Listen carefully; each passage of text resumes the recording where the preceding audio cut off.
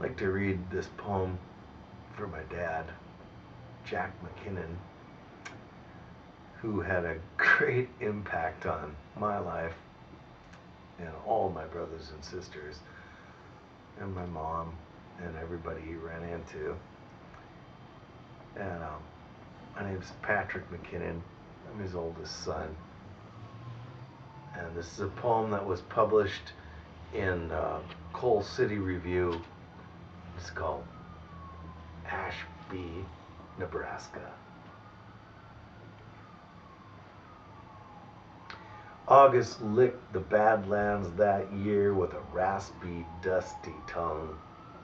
The ferocious yellow throat of an empty sky toasted shrubs and trees, sucked up every insignificant pond. It was some back road fisherman's camp, only the water was gone and there were these forlorn people roasting in and around a tent trailer, unhitched, no car in sight.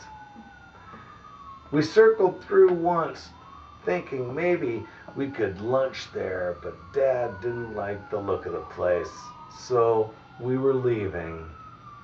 Until this blistered Ichabod in mud-spattered shirt and pants, no shoes, this lanky handle with mop hair, this grimy, hollow-cheeked, eyes sunk deep, bird beak nose, bloated Adam's apple of a boy, ran out in front of us.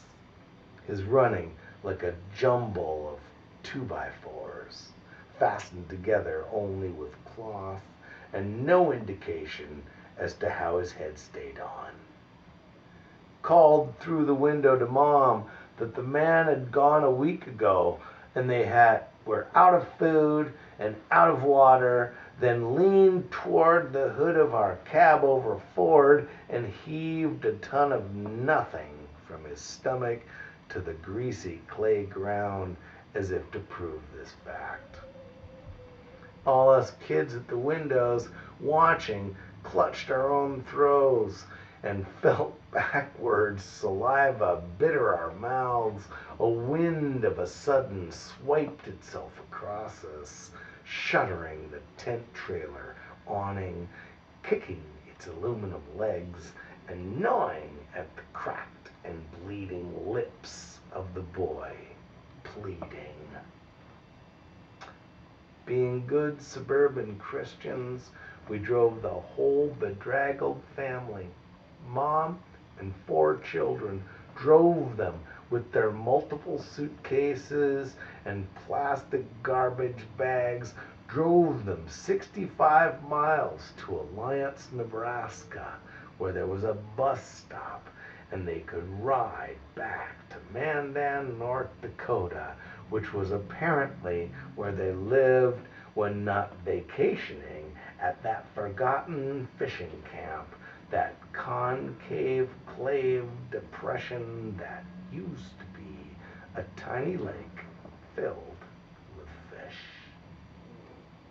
Dad even bought their tickets, and as they departed, I don't know whether looking for that runaway man or not, I wondered, as that bus station receded in waves of heat rising into heaven from Highway 365, I wondered if any of the fish would ever come back to that lake after this, would ever trust it again to keeping its own water.